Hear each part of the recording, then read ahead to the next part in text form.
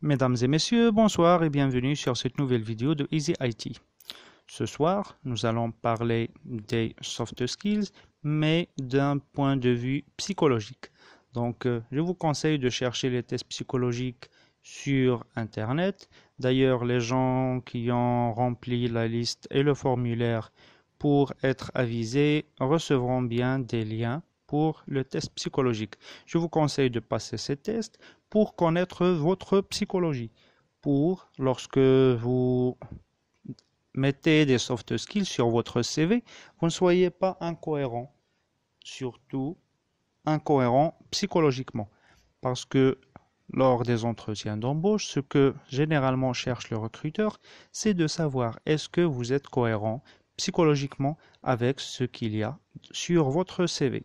Donc, lorsque je dis par exemple que je suis proactif et que j'ai la capacité de résoudre les problèmes, sur mon CV, il faut avoir cette liste de soft skills.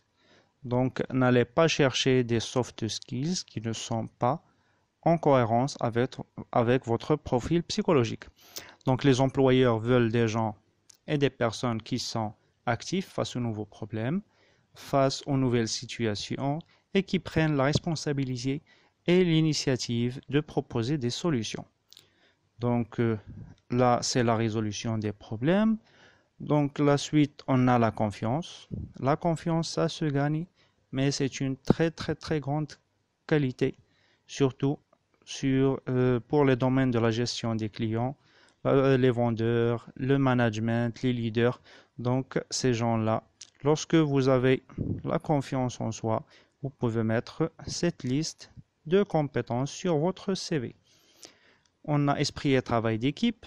Donc, pour travailler en équipe, il faut être digne. Donc, la confiance, ça se gagne. On peut mettre cette liste de soft skills que vous pouvez mettre.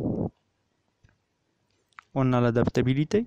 Il faut être capable de s'adapter. Donc, les recruteurs ont peur des gens qui ne peuvent pas s'adapter, surtout parce que l'organisation a ses propres règles, son dress code, il y a beaucoup de choses qu'il faut savoir et il faut être capable de s'adapter. Donc pour les gens qui ont cette capacité, vous pouvez mettre sur votre CV adaptabilité, attentif, à l'écoute, l'empathie. Bon, ça c'est la liste qu'il faut mettre. Je ne vais pas trop charger la vidéo, donc vous pouvez à tout moment faire pause pour lire la suite.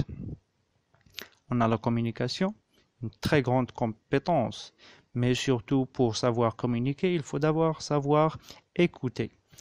Donc là, c'est la liste aussi des compétences et soft skills que vous pouvez mettre. La gestion du temps.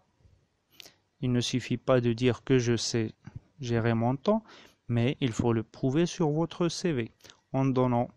Lorsque vous mettez la gestion du temps, il faut donner des choses concrètes que vous avez fait lors de vos projets pour gagner votre temps. On a la gestion du stress, la créativité, la motivation, leadership et sens du devoir collectif. Ça, c'est indispensable surtout pour les gens qui font la gestion des projets et qui sont dans des postes de leadership. La curiosité. La curiosité est une très bonne chose, surtout pour les gens qui veulent apprendre, mais n'en faites pas trop. Donc sur ce, je vous dis bonne chance et merci de nous avoir suivis. Pour nous encourager, n'oubliez pas de vous abonner et d'actionner la cloche pour recevoir toutes nos nouveautés.